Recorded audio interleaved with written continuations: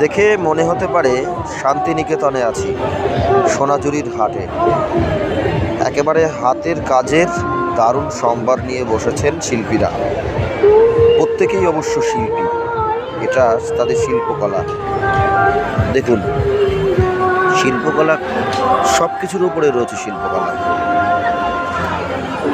তবে এটা শান্তিনিকেতন নয়, এটা উত্তর 24 পরগনার বাণীপুর লোকোৎসব প্রাঙ্গণ। সেখানেই রয়েছে এই ধরনের সম্ভার, হাতের কাজের বিভিন্ন প্রদর্শনী এখানে রয়েছে।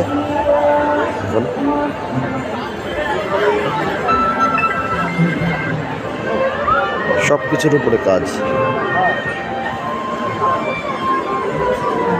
দারুণ কাজ রয়েছে হাতের কাজের। দেখুন,